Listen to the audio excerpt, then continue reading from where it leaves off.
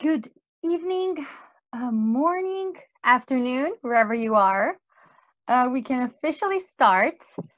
So, before we start, I just want to check that everybody can hear and everybody can see the moderator and me. Great, amazing. Very good. So, there's a little number of people here. So, later we're going to chat a lot today.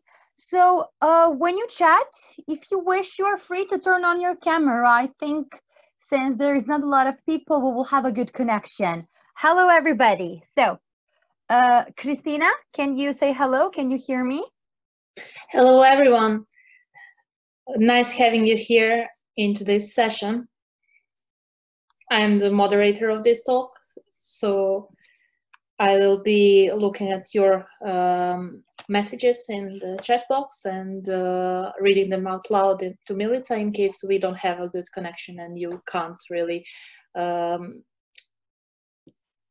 yourself and open your cameras to chat in live. So I will be the one moderating this talk today. Thank you, Christina. You're amazing. So as you saw on the poster, right? My name is Milica. I come from Serbia. I am an English teacher, preschool teacher, teacher trainer, and I teach from young learners to adults. So literally a very big age group. I teach a very big age group. Christina is not a teacher. She's my dear friend, and she has been moderating my webinars and trainings for some time now. So we are an old team.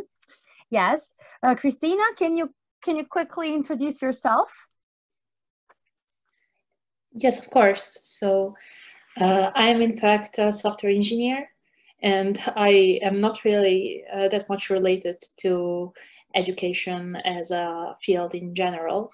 But I have been moderating Milica's webinars for quite some time now, and I quite enjoy it. So I'm also moderator for today's webinar. So although my topic is field of work is not really what today's topic is covering, I will still be here to look into anything that you need to tell and to communicate with you and behave as a bridge between Milica and everyone here.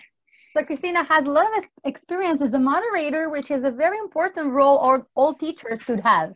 Before we start, I would quickly like to say to Liz Flores Gomez, please no curse words. I'm going to ban you from this meeting. So everybody can see what you wrote. I don't know why. I'm not going to get into why are you writing curse words. So please stop doing that or we will remove you from the meeting. So, okay, I hope you got the message. Maybe, yeah, I hope everybody got a message. Let's not just swear. that is probably the thing we should not do. So first question says, what program did I use for my slides? I'm going to start sharing my presentation. And I'm going to explain and give you a few details as to what we're doing today. So I can see that we have 18 people, so more people are joining. This is not a regular, yes, I will tell you for the presentation. But first of all, I want to give you some introduction. So this is not a regular lecture. So you're not going to just sit and be passive, of course. And you're not only going to be interactive, but FlipTech is actually focusing on real flipped learning. What does that mean? You had to watch my presentation, you had to explore it, and today we would like to answer to your specific questions. So I will not present anything frontally. I will ask you a lot of questions, and I would like you to ask me any questions that you have. So I'm just saying this for people who haven't participated in this kind of a presentation before. It's not the same as regular lectures. So to start sharing my presentation and answer to these three questions, let me check. Okay, pardon me. Let me see. Let we start. Okie dokie. Can everybody see my screen?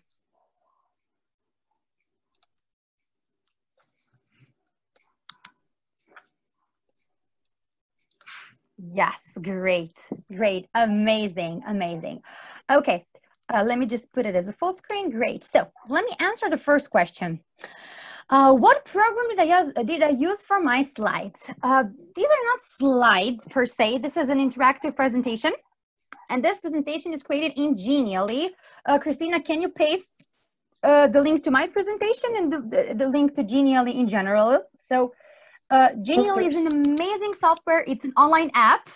And in this app, you can create anything from infographics to quizzes, tests, games, escape rooms, whatever. So as long as you're creative, you have ideas, you can create anything. So Genially, Christina is sending you links now. Yes. The spin activities are reserved for later. We will see them. Yes. And do I have the results of the responses for my to your activities? Lane, you mean do I have the results of the quiz? Okay, so no, I don't have the results of the quiz. Why? Because the quiz, I'm going to go to the quiz right away. I'm answering one question one by one. I'm going to the quiz right away, and I'm going to tell you why I don't have the results. So the quiz that I'm using is created in H5P. Christina, can you also paste the H5P? So this is an open source software which you will not be able to use if you do not have your own website. So I like to use it simply because there are no logos. It is very good, very easy, doesn't glitch or anything. So I'm quickly scrolling. Okay, here is the quiz. Yeah, and this is something that you can embed anywhere. Yeah, so I do not have your results, okay, but you can get your results right away. When you click check, true check, you get your results right away, okay? And in the end, you see the summary and you can see your own results. So this test is actually used for probably formative assessment during the class. You can't really use it for summative assessment. So if you're looking to just collect results, I suggest that you use another thing. I love using HP5 because it offers so many things that other apps don't have. Christina, I hope you're pasting everything. Yes, Christina is pasting everything. Okay, next question, a lot of questions. Okay, let's see. Do I use Genially with students? Yes, Erin, I do use Genially with my students in various ways. So I use it with students who are children, with adults, in group, individual lessons. Literally, I use it in everything. I also use it in teacher training. So it has a very big variety of use. Maybe in the end, I can actually show you some other examples. If you're interested, that was for Erin. So before we start, let's check out some other, right. Michelle says, there is a free version to Genially, but a lot of the functionality of the platform is a paid premium features. Sorry, Michelle. I have to disagree with you because I am actually a Genially ambassador and I know how it works from inside out. So you can use a lot of things free. Literally 70 or 90%, I'm not exactly sure, but almost everything is free. You can use all of the features, but some templates are paid. But that doesn't mean that you cannot use things from the inside. So you have a free, you have free pictures from Unisplash, from Pixabay, whatever. So all of the graphics are forever free, and everything literally inside is free except some templates. But you still have around 100 free templates. So I think that's a lot. For a free version, that's a lot. Okay, in the quiz, if we made one, and let's say we typed collaborate instead of collaboration, it is counted as incorrect. Will it be able to have more than one correct answer? No. Thiranya Katan. Okay, I hope I'm pronouncing your name well. Thuraya. If it's not good, please correct me. Please don't get offended, correct me. So the quiz I made probably has probably has options. I rarely use it, but what you're saying can't be counted as correct. Why? We're trying to teach students to use proper grammar. Collaborate is a verb, right? And collaboration is a noun. If the sentence requires a noun, then you can't write collaborate. So as an English teacher, I'm always focusing on accuracy. So despite the fact that collaborate and collaboration mean virtually the same, it's not the word that we need. But you can create alternatives, definitely. Okay, Christina, send it. Thuraya, okay, again, the quiz is not part of Genial, it is embedded. Lane Marshall, yeah. I know, Lane, thank you for presenting. Yes, let's, thank you, Lane, I know that. But I don't know which slide was it, so it is very useless. But if you know which slide is, then you can click that. How easy is to fix mistakes with these programs? Okay, so I can see a lot of technical, yes. I can see a lot of technical questions. I would really like to focus on the topic. So let's start with flipping the teacher training, and then maybe in the end of the discussion, right? We can answer to some of the technical questions, because if we get stuck in the technical part, we lose a lot of time. I hope you agree. So we should try to focus on the method more than on the methodology more than the technical part of the app. Okay. Yes, Lane, again, thank you for giving your advice. But when you click other buttons, right? When you click all of these buttons, it stops the full screen. And I don't want to skip. Yes. Everybody's interested in the Lane. You're right. Everybody's interested in the tools. I think educators get stuck on the tools, and then we completely forget that tools are only 50% of our instruction. Completely agree with you, Lane. Okay, so I would like us to chat as much as we can. I'm going to go through the presentation. We're going to have a few interactive activities, and if you want to talk, you can write a message, and then I will tell you to unmute yourself. So let me just give you this option to unmute yourself, because there's a lot of people. So I would like us to really talk, not just write. Okay, allow participants to unmute themselves. Okay, you can unmute yourselves, pardon me. Before we do that, yes, thank you, Gabriella. Gabriella says, I watched her presentation. I love the way you connected. Thank you so much. Connecting can sometimes be the key to success. So I have a lot of things here. I want to turn them off, and I want to quickly go before we start. Let's see, what do you think? So, what are the words you associate with effective and a quality professional development? An effective and a quality professional development. So, if possible, yes, Christina, I'll send you a Menti, and you have the code 607094. So I would really like to see, what do you associate? What is your idea of an effective professional development program or webinar or training? So what works in practice? We're gonna give you a few minutes.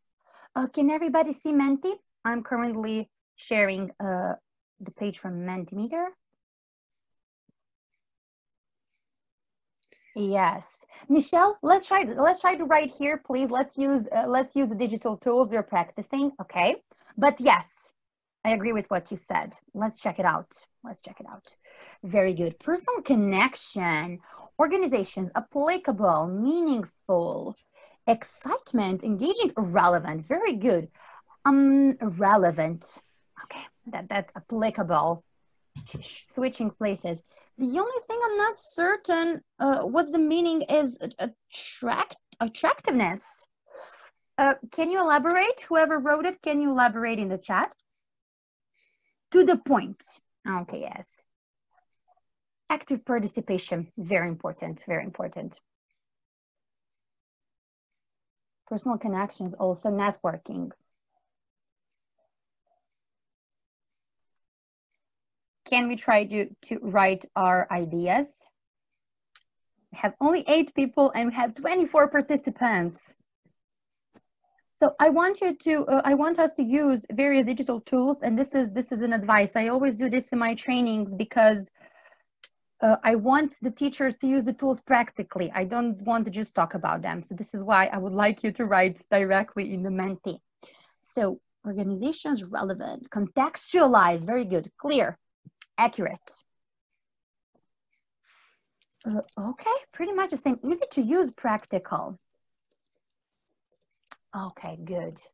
So we can agree that effective professional development has to be applicable, relevant, and engaging.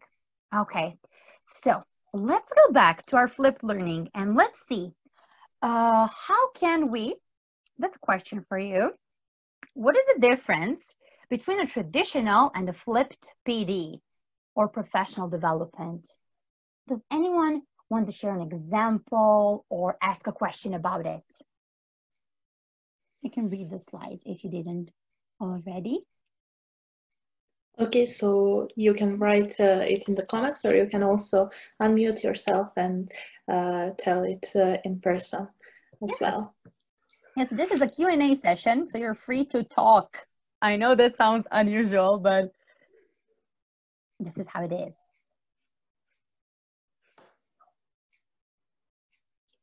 So we have the flipped PD and the traditional PD. Do we just speak or do we raise our hand? It would be cool if you can write in the chat box. It is pretty informal, but just write in case of a lot of people want to speak at the same time. I could raise my hand though. I don't see you because I minimized. Yes, you can, but it's okay. I'm keeping track of it, so you can raise your hands. It would be the best option. So it was Lane. Welcome, Lane. Hi. Hi. Okay, so so I think one of the big differences is that in traditional PD, you sign up and you show up. Yes. You sign up and you show up. And you think that by showing up, that's all you need to do. And I think in flipped PD, because you want to make it relevant and all the things we just said, you ask people to bring with them tangible and intangible things, like come in having done something, having thought about it, or even bring something with you, or do something to indicate that you have acted before your arrival, so you're not just showing up. Okay? Of course, yes, I agree.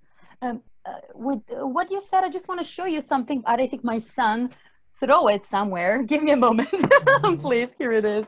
Okay, so even if you're not completely prepared, another thing that I do to retain something from any kind of PD or conference is doing sketch notes. So I'm going to show you. I took my pad. I don't know if you can see. Oh, where are my sketch notes? No. Lane, you can keep talking or say anything else you want until I find the papers that I wanted to show you. Okay, meanwhile, we also have a comment saying that traditional PD is teacher-led versus flipped PD is student discovery and more ownership, and it's more engaged. Yes, yes, definitely. That is the point. Just a second. Okay, so I'm going to share a picture from my blog because apparently I cannot find my sketch notes anywhere, which is, you know, normal when you have a family. Things get lost. Okay, so I want to show you some things which I use to just remember. For example, okay, I think it should be here. Future research. Let me just search this. It was a presentation from Greece. And I did sketch notes, and I can tell you that this was in February. And I still remember everything, which is pretty strange that you remember something that happened 5 months ago. But yes, here it is. For example, this is how it looks like. You sit down as you listen to a presentation and you jot down some main points. You try to remember as much as you can and illustrate what is happening, what do you see on the screen, what is the presenter talking. Maybe that's another way to stay connected to the topic. Has anyone ever written or created sketch notes in the presentations? So has anyone created sketch notes like this? And let me see. Christy says, Flip gives the participants time to try. Yes, yes.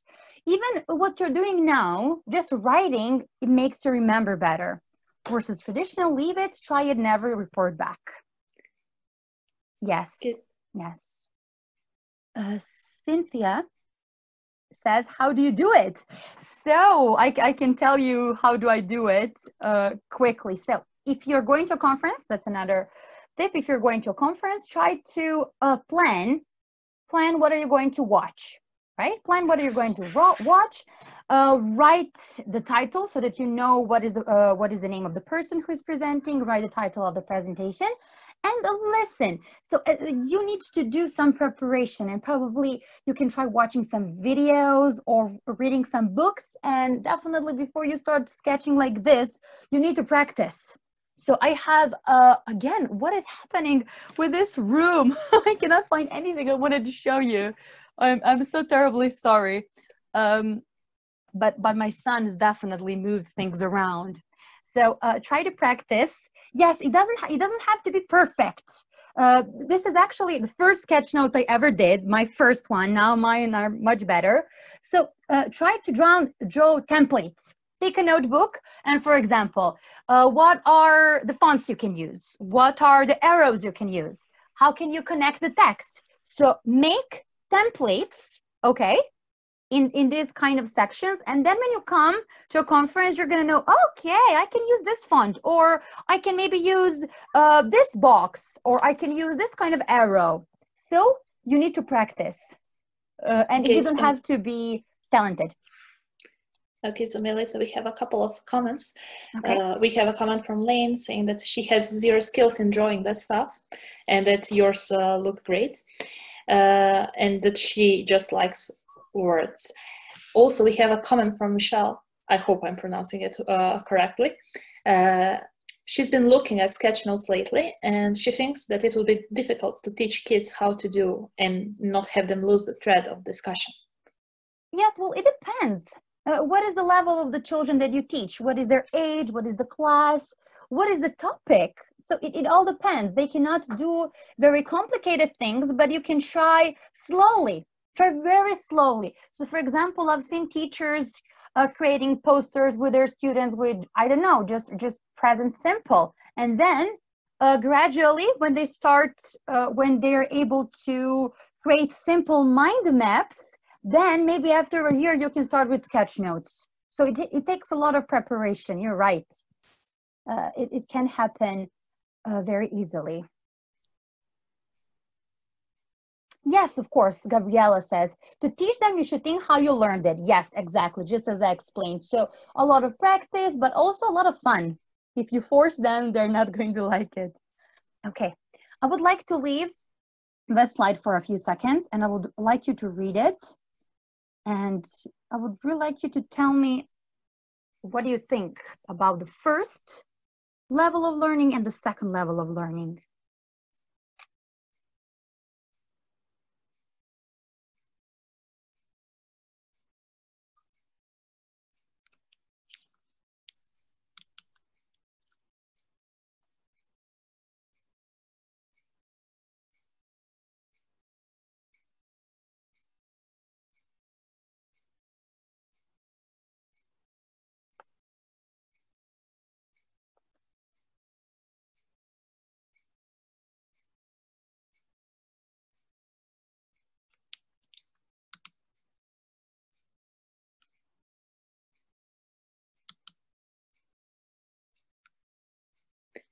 Okay, I believe that meanwhile, while you're reading this and writing your comments, we can break the silence a bit. And Milica, could you say how do you motivate educators to complete the tasks before the training?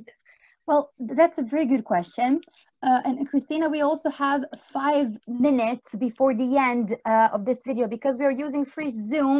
We're going to have to restart and you're going to have to come back. I'm really sorry. So in 5 minutes, when the video just cuts off, please come back in a minute, okay? To answer your question, Christina, how do we motivate educators? Well, it is very hard. Lane said here, there is a resistance to getting them to make a paradigm shift. And if your PD is attempting to do that, it takes a big commitment. Lane, I want to print off your quote and I want to frame it, because it is true. It is very hard. So my presentation is about flipping the professional development. And I have to tell you that it doesn't work 100%. Okay, if you're doing some teacher training, don't get disappointed. So some teachers are going to really want to do it, but it most likely comes from their intrinsic motivation. So the motivation they already have. To motivate them from the outside, well, another thing that I've noticed is, as Lane said, a lot of people just sign up and show up. For example, if you're teaching for a certain school or program or whatever, if you have this professional development, you can make it as a requirement. So if you haven't completed a quiz, okay, so you should do quiz on a different platform, not like this. If you haven't completed a quiz, this means you haven't watched it, so you will not be sent a video you will not be sent the invitation link for the conference.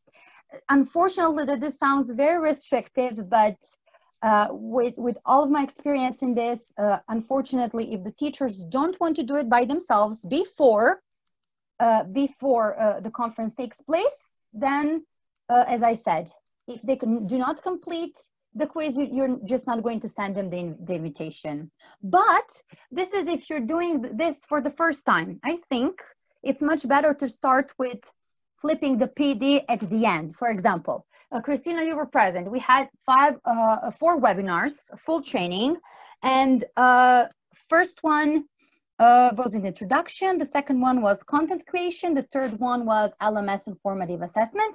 And the fourth one was flipped learning. We already knew each other, and I was able to send them a video, and I could see that a lot of them watched it and a lot of them knew.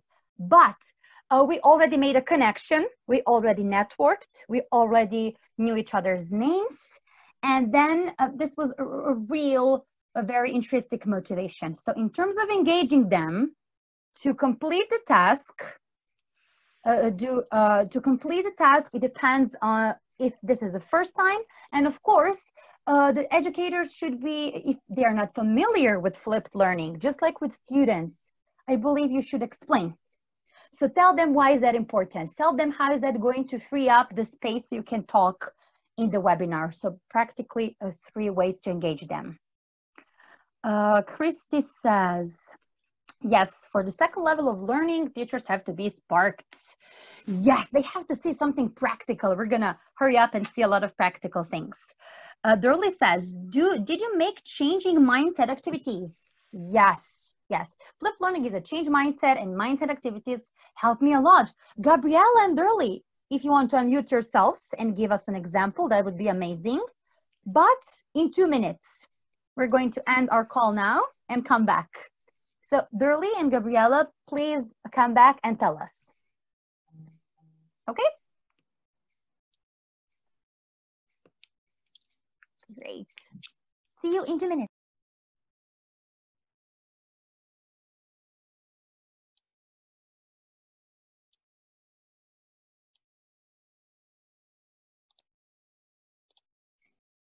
Okay, some moment.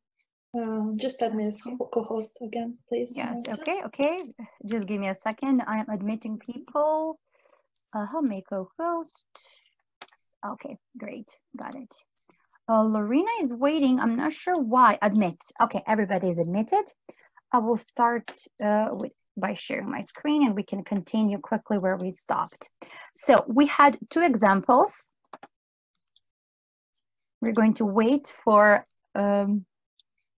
these educators to come back and tell us what they want. Until they come back, Christina, can we continue with some questions that you collected? Okay, sure. So since you didn't really answer the questions, since there were a lot of comments, which was good, we encourage a lot of comments. So please write them down in the chat. Can you answer it now? How do you motivate educators to complete the tasks before training? Well, I answered. I gave you 3 answers. Sorry. Okay, let me do a recap. So if you know the people, I suggest that you do the flipped learning at the end of your training. So if you conducted some trainings before, you're already going to know them and they're going to be more motivated. They have to be motivated to learn by themselves. And of course, if this is your first time doing it, and you can create this kind of practice so that when they complete the quiz, they get the invitation to join. If they don't complete the quiz, this means they're not interested, they didn't watch the video, so they will not be able to join.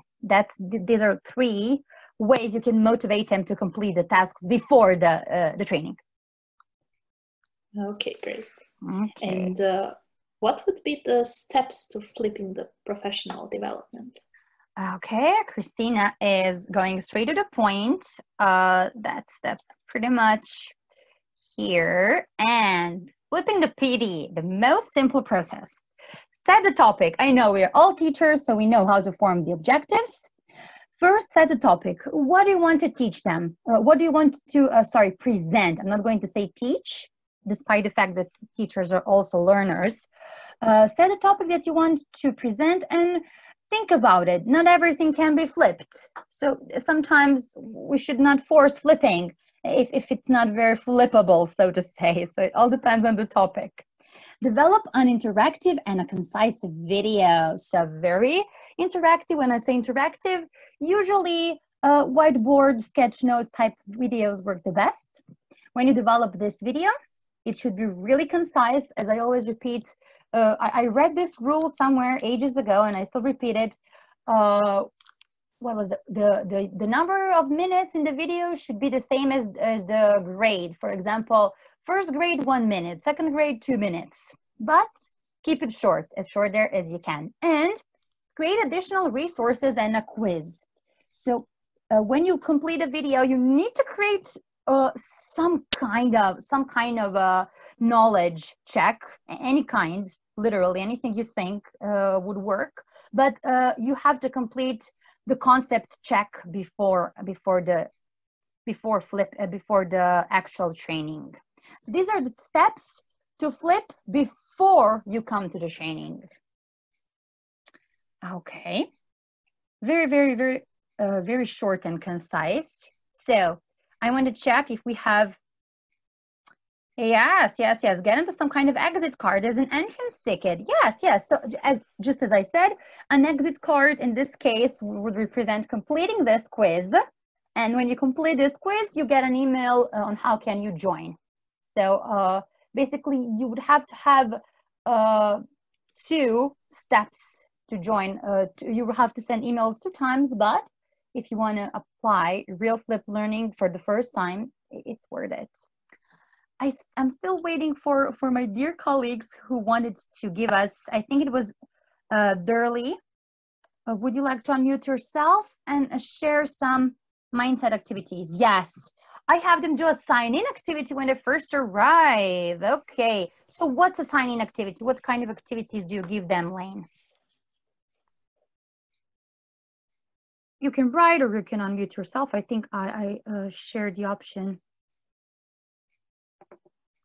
So the idea is that giving like an example of mindset activity? Yes, something that worked in your trainings or in your classroom. Okay, I think that self-reflection or maybe a case study, like an example of a class of how changing our way to teach could be a nice activity for teachers. Also, I think, I don't know, maybe a video of a traditional class versus a flipped class.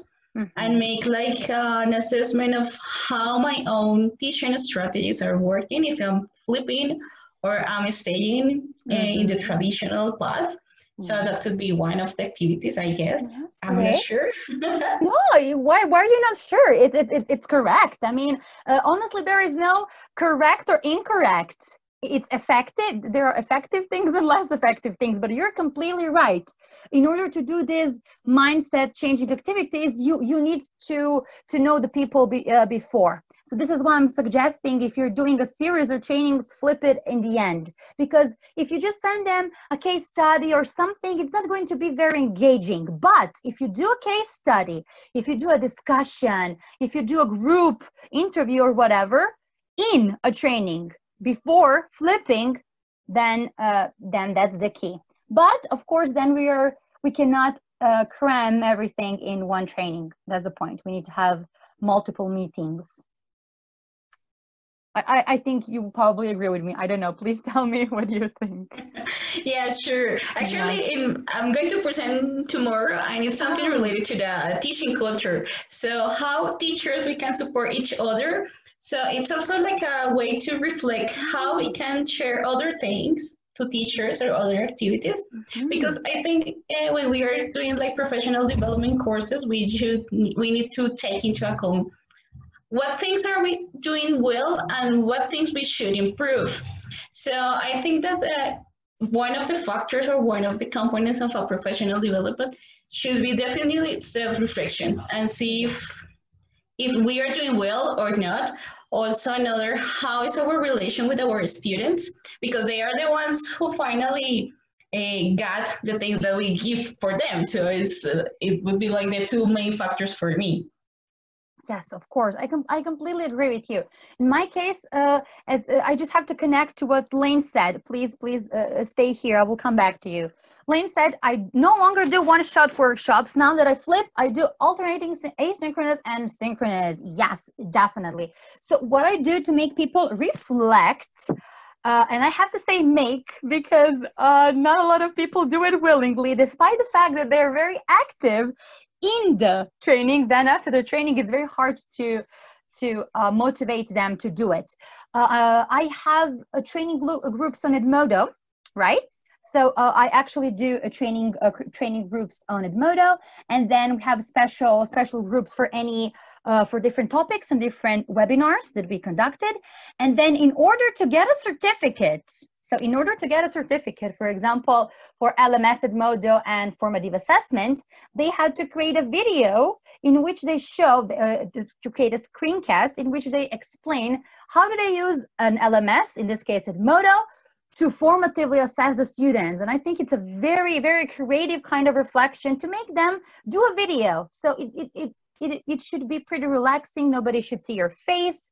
So yes, I agree. Networking and reflection are the way to motivate people as well. I will continue. Christina, you can keep reading the comments. Thank you, Durley, so much. You were really amazing. So let's go and let's see some. Flip it. How I flipped my professional development. So I'm gonna just do a quick recap, super quick. You all already know. So create a training classroom or your LMS of choice. If you're doing it online, also if you're doing it offline, because people can also always come back and check what is posted. Because when you give out a lot of papers, I don't know, what do you think? Do people keep, our colleagues, do you keep papers from conferences?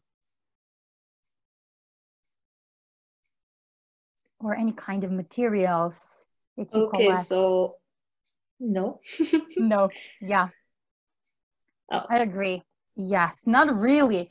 Yes, this is why I do, but I forget about them. Yeah, I have a pile of papers from conferences, and then I just recycle them or use them in the classroom for crafting. So yeah, we can agree papers don't work. So this is why I always suggest to use an LMS. Now, you need an LMS that can create groups. For example, I use Canvas, but Canvas is for courses, and Edmodo can have you create groups.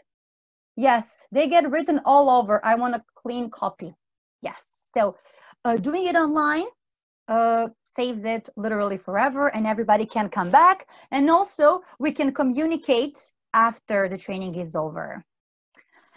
Next step, this is a high structured flipped class. What does it mean high structured? So nothing is going to open until you complete the first task. If you don't complete the first task, the quiz is not going to open. If the quiz doesn't open, you can't get to discussion.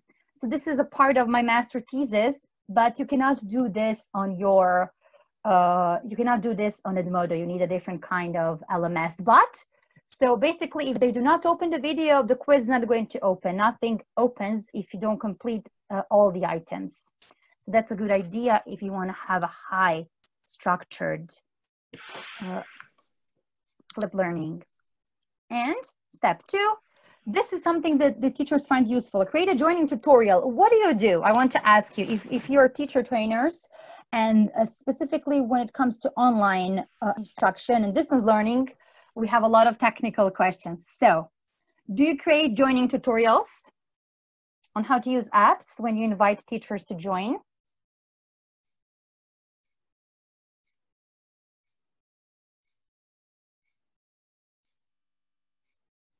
While you're thinking about it,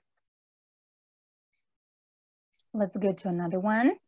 Cynthia Perry says, what platform do you suggest using for that purpose? Stepped exercises. Yes, stepped exercises. What I suggest is to use Canvas LMS, because Canvas instructor. I will pass the link. Christina, be careful not to paste the Canvas learning. You need the Canvas teaching. Canvas instructor LMS.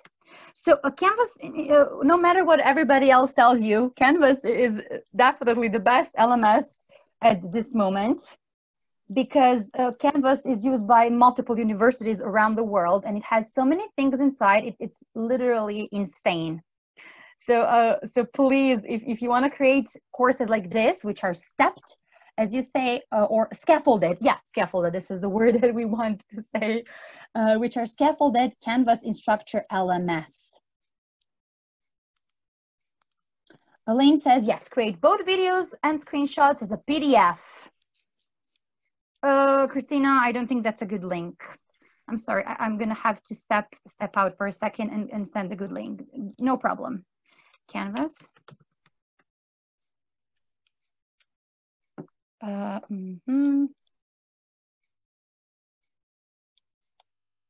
Yes, this is the teacher one. It is really weird because if you type, you're going to get the university link, and then you're going to get a student link, different kinds of links for the same platform. So this is the one where you can create your own, the second one. Your own courses for free, 100% for free. Okay. Start a live workshop by asking someone to summarize. Yes, I didn't ask you to do this today. We're going to do that in the end. Does anybody have a question about the step 4?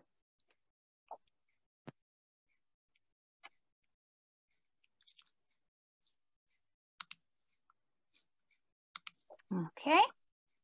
There are no questions about the step 4. Let's continue. So another, oops, why am I coming back? Sorry, pardon me. So video making. Does anybody have, any kind of questions or tips for making the flip learning video? Sonia says, how do you organize the groups? You mean, how do you make them? Well, this is very technical. Go to Edmodo and then just click on the right side when you have a new group and just name it. And then inside you can post anything. Yes, the first one is for organizations. Yeah, so Sonia, pretty technical, nothing complicated. Just go and explore Edmodo, and then you will see. I can just quickly show you how easy it is. I'm going to show you while I'm waiting for maybe other questions. So here it is. I'm going to peek into my Edmodo training group. I promise to show you some technical things, but okay, so here it is. Literally, when you make a classroom, just click on plus and make a group, and then you can do whatever you want inside. I love Screencast-O-Matic. I've been using it for years. The free account is great and the paid account is inexpensive and offers so much. Yes, Screencast-O-Matic is great, amazing, of course, and it shows, it is connected to a type of video that I like to call, yes, sorry, pardon me, just a second.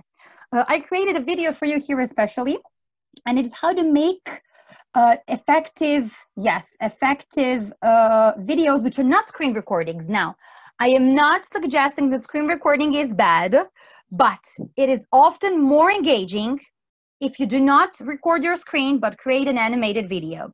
Give it a shot, try. I'm going to show you, first of all, I want to ask you, has anybody watched the videos that I posted in the presentation? You can be honest with me, no problem.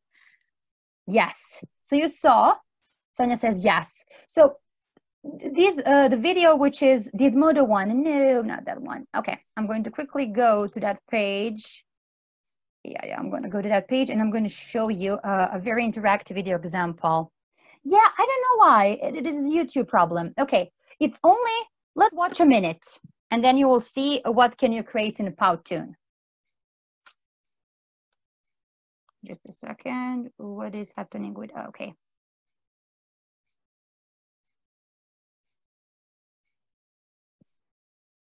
Also a few questions. What is it?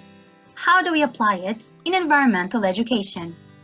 Now, STEM represents the practical combination and the connectivity between science, technology, engineering, and mathematics to understand, think critically, apply a solution, and make a change.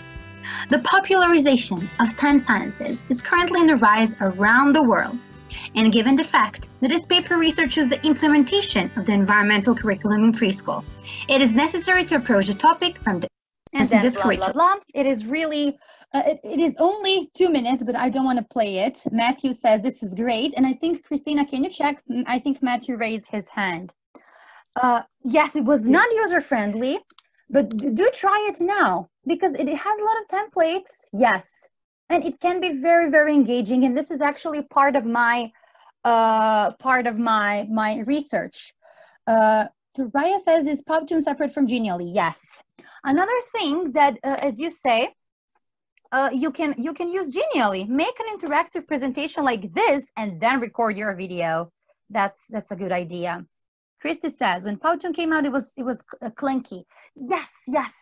Revisited, definitely it's become better.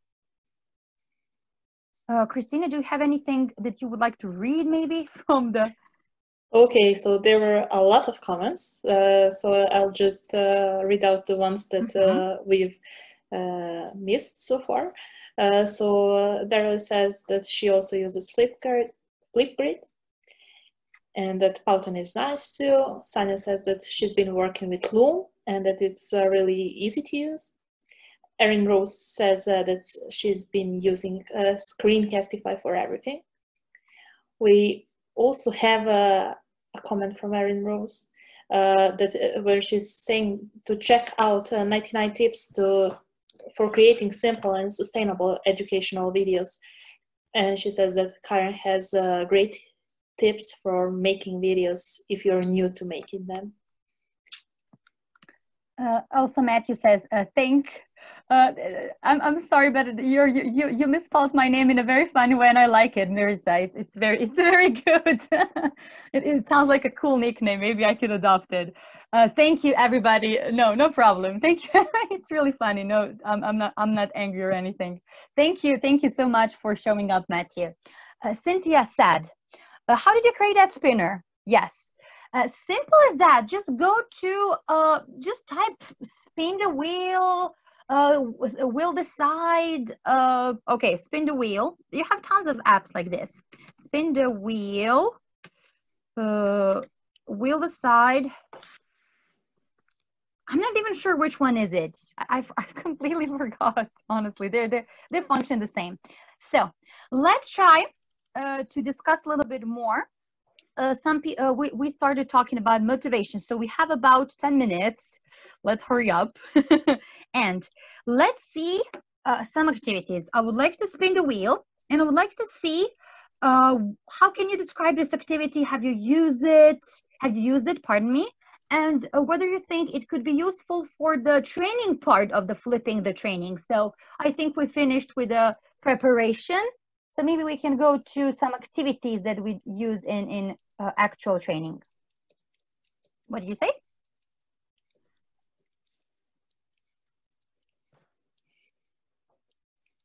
Okay, I think that's a yes. So I'm going to spin it.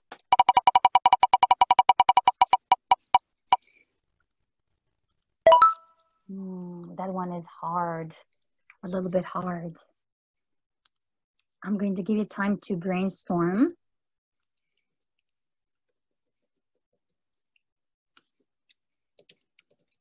Thank you, Matthew. Of course, thank everybody from Flip Learning Network who organized this. Everybody's a volunteer, so it is really important for this to succeed.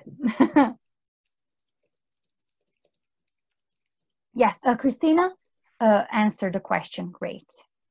So does anybody know? Yes, definitely. Do not hesitate to ask questions. I'm also going to share a link where you can ask more questions.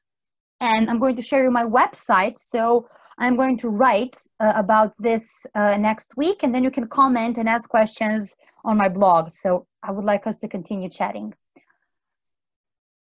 So affinity grouping, it is pretty hard since nobody is brainstorming. Would you like me to give you a recap and tell you, because this is a very good activity, I like it. Yes, okay. I'm also going to post, this is already posted on my website. I'm going to show you where. I'm just going to scroll. Okay, time on task, 30 to 45 minutes. Group size 3 to 5. So this is amazing. You can do it online. Here is what it says. Students individually or colleagues, of course, write down ideas in a piece of paper and then in group attempt to classify them while discussing why certain items deserve to be categorized together. Great. This activity helps ensure participants are on the same page before embarking on a more complicated in-class activity. So it can serve as a warm-up, and I think it could be good for discussing the benefits or discussing the drawbacks of a certain method or tool. Let's do another one. Christina, please let me know how much time do we have left. We have around 8 minutes, so not too much. Yes, of course. You can use it before starting a unit to just motivate students to become more interested. Role play is an easy one. Everybody knows it. So I'm just going to keep flipping. Oh, 3-step interview. Pretty self-explanatory, but I would like, of course, don't forget to unmute yourself. If you want to say something, you're free to unmute yourself. So, 3-step interview.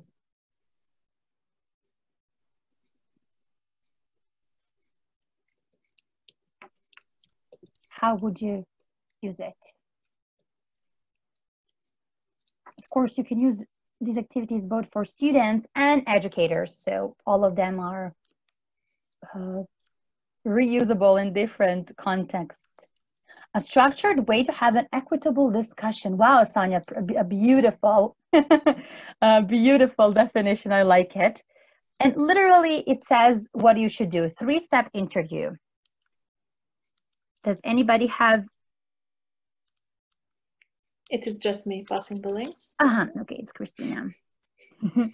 So, would you like me to read it quickly and tell you in more detail how to conduct a 3-step interview? Yes, Erica please. says yes. Okie dokie. Sorry, I'm reading it from my phone, so I have to, I'm squinting here. Students are initially grouped into pairs where each student participant, of course, takes a few minutes to interview the other about the material that was read online. So this is a reading material, but it can also be a video. Participants come up with a question they would like to ask. And after each member in the pair has interviewed the other, the pair summarizes their partner responses and then shares them with another pair of students. This is a very, very good, and I think it can be used in the beginning, also for formative assessment. Yes, Erica, after you do a read aloud, literally any subject, they're pretty general? Okay. Since we have a little bit more time, I would like to give you this time to answer to any of your questions that you maybe have. And while you do this, I'm going to scroll the presentation, maybe motivate you to see if there's anything else you would like to ask.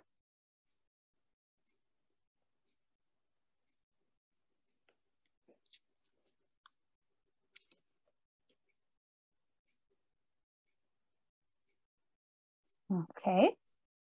Now, before we finish, Christina already shared. Yes, and I just want to Christina, yes, please write to Raya on this question. So this is what I noticed, and this is what matches to research. So those of you who use flipped teacher trainings, what do you notice? What did you notice if you already use them? Is there something that changed after introducing flipped teacher training?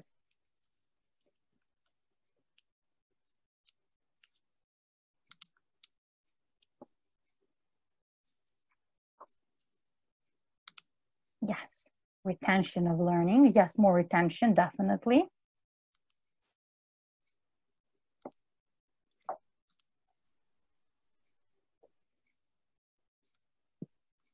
While you're thinking, I have another question. And since we are quickly finishing, I would like a participant to come forward and give a summary of what we did today. That would be great. If someone wants to give a verbal, oral summary, yes, you're free to do so. That would be great. Yes, teachers are more engaged.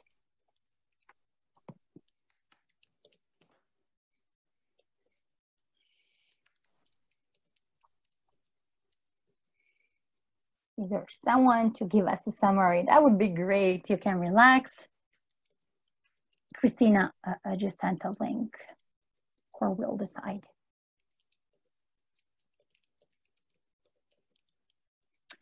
Yeah, Lane has a question. I'm going to read it.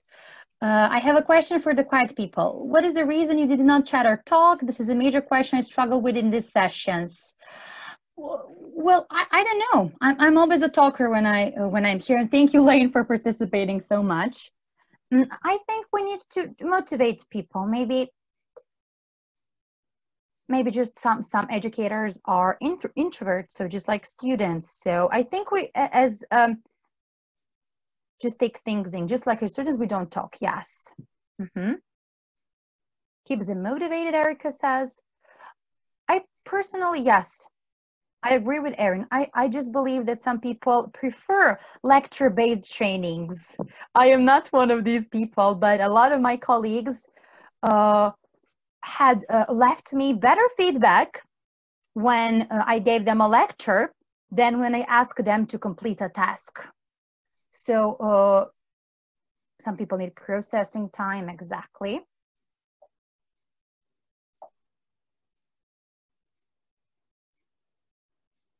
Proactive, have liberty to express. Okay. We have liberty to express, Maria says, but maybe we haven't been accustomed to this. Yes, yes. So this is, as I think Duraya, I'm sorry if I'm mispronouncing, said that we need a change in paradigm. We need a complete change because we're not used to student or educator-centered learning. We're used to frontal teaching, talking, and that's it.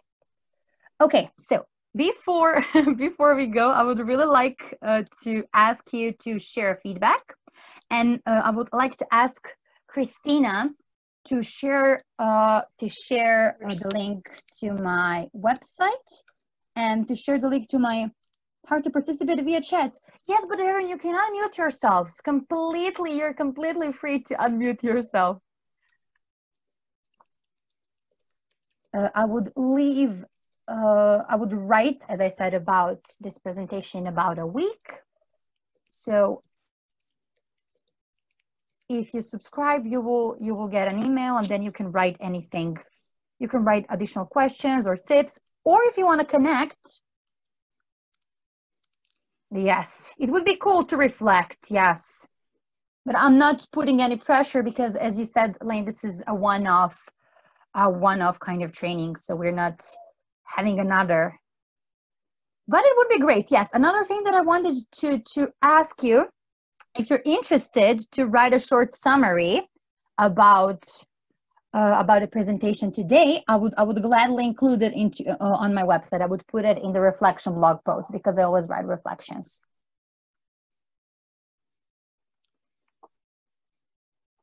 So if anybody is brave enough to write, of course, I would link it. Christina, if some people would like to connect on LinkedIn, maybe you can share that as well. Yes, of course. I'm always for chatting and networking. I think that's very important. So share away.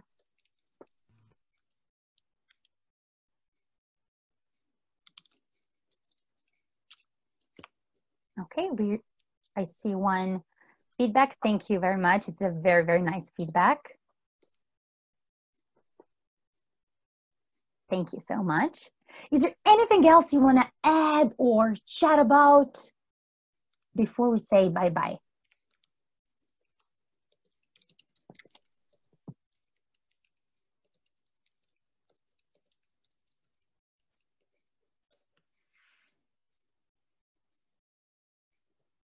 Okay, I would really like to motivate you to be more free.